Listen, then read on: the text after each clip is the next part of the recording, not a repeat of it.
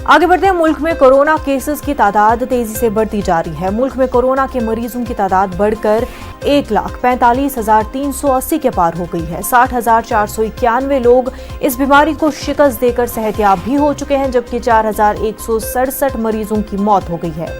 दुनिया के मुकाबले में हिंदुस्तान में कोरोना से सेहतयाबी का फीसद ज्यादा है। महकमे सेहत ने कहा कि हिंदुस्तान में कोरोना को शिकस्त देकर लोग तेजी से सेहतयाब हो रहे हैं। हमारे साथ हमारे नुमाइंदे पवन इस वक्त जुड़ चुके हैं। पवन, कोरोना के हवाले से पूरे मुल्क में क्या कुछ सूरत हाल है?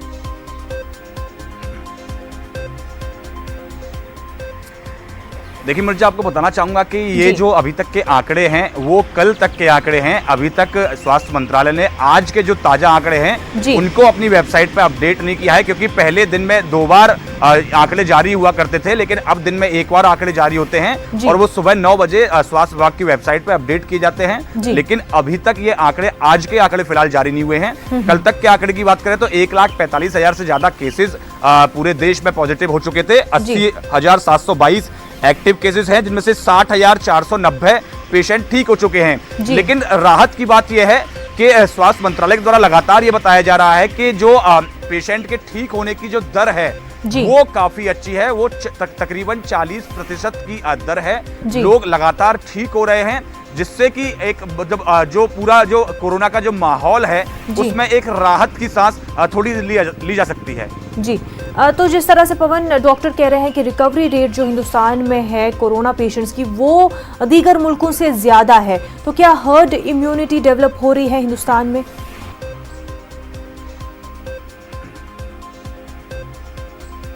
देखिए, हमारी तमाम जब एक्सपर्ट्स से बात होती है तो लोग का यही कहना है कि किसी भी बीमारी से 2 तरह से लड़ा जाता है। या तो आप बाहर से वैक्सीनेशन कराइए, और दूसरे तरीका होता है कि आपकी अंदर की जो इम्यूनिटी है, जिसका भी आपने टर्म दिया हर्ड इम्यूनिटी जो होती है, उसके जरिए, क्योंकि अभी तक कोरोना की वैक्सीन कोई तैयार नहीं हो पाई है, तो ज्यादातर जो पेशेंट हैं वो हार्ड इम्यूनिटी के जरिए ही इस बीमारी से लड़ रहे हैं।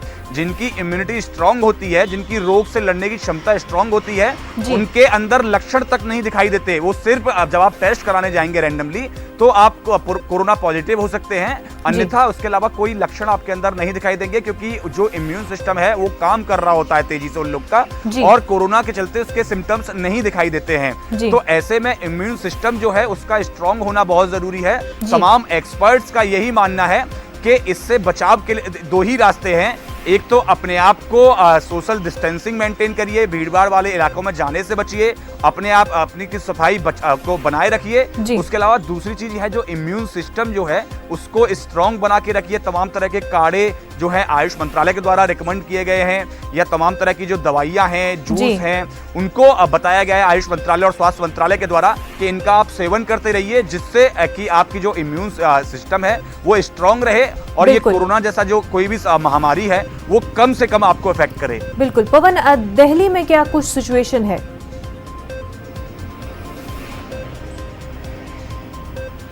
देखिए, दिल्ली में अभी जो लगातार मामले हैं वो बढ़ते जा रहे हैं, लेकिन जिस तरह से पिछले दिन लगातार जो दिल्ली के मुख्यमंत्री हैं अरविंद केजरीवाल, वो प्रेस कॉन्फ्रेंस करते हैं और रोज के जो आंकड़े हैं वो बताते हैं, उसके मुताबिक जो रिकवरी रेट है दिल्ली में भी काफी अच्छा है। जिसके चलते कई सारे जो एरियाज हैं कल उनको डिकंटेनमेंट किया था, जैसे कि कुछ एरिया जो हैं जो जामा मस्जिद के इलाके हैं उनको डिकंटेन किया था, क्योंकि पिछले 28 दिन से उनमें भी कोई भी नया केसेस नहीं आ रहे थे।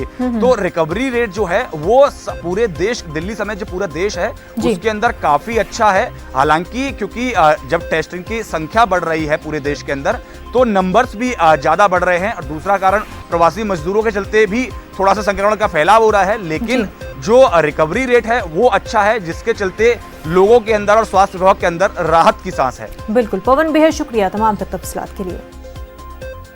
आगे बढ़ते हैं। मध्य प्रदेश में कोरोना वायरस का कहर जारी है। सूबे के मुख्तलिफ अजला में कोरोना वायरस के नए मामले सामने आने के बाद कोरोना वायरस के मरीजों की मजमूई तादाद बढ़कर 7,105 हो गई है। रियासत में कोरोना वायरस से अब तक 299 लोगों की मौत हो चुकी है। वहीं इस बीमारी को शिकस्त देकर अब तक 3,819 लोग अस्पताल से सेहतमंद होकर अपने घर जा चुके हैं।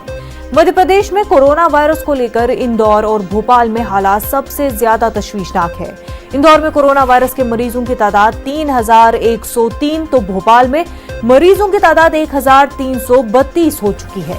इसके बावजूद भोपाल में सोशल डिस्टेंसिंग के साथ आज से जहां बाजार गुलजार हो रहे हैं, वहीं इंदौर में भी आज से सभी सरकारी दफातर खुल रहे हैं। हमारे साथ हमारे नुमाइंदे मेहताब आलम इस वक्त जुड़ चुके हैं। मेहताब, इंदौर भोपाल में अब जो है मूवमेंट शुरू हो रही है, सरकारी दफातर खुल रहे हैं, ऐसे में केसेस भी बढ़ रहे हैं। किस तरह से इस सिचुएशन को कंट्रोल कर सकती है आगे इंतजामिया? मुनज़्ज़ा, खास बात यह है एडमिनिस्ट्रेशन से हमारी बात हुई और जो है कलेक्टर मनीष सिंह की बात करें, भोपाल कलेक्टर पर उनकी थोड़ी सी बातें हैं, तो उन्होंने कहा कि इस तरह से डर कर हम नहीं रह सकते, इनके बीच में हमें एक रास्ता निकालना होगा। और जाहिर सी बात है, रास्ता निकालने की लिए कोशिश की गई है कि इंदौर की बात करें तो सरकारी दफातर आज से खुलेंगे और वहीं पर जो है ऑनलाइन जो खाने के डिलीवरी का जो मामला है वो भी प्रोवाइड की जाएगी।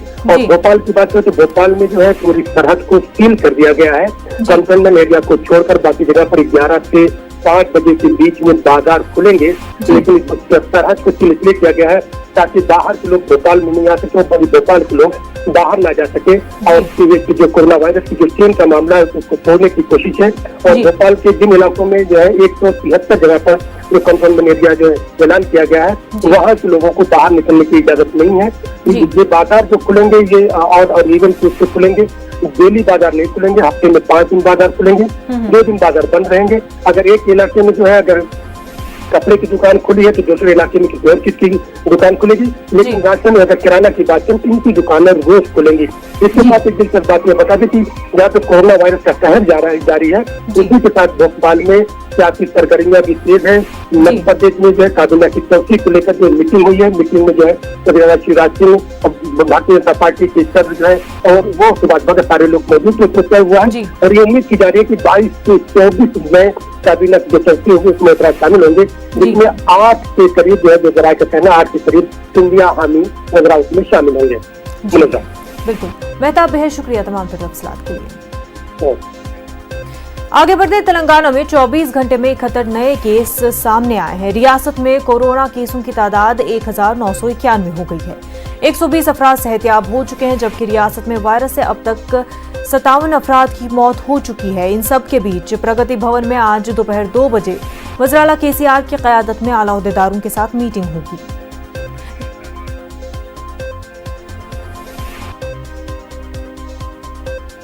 नाज़रीन, एक छोटा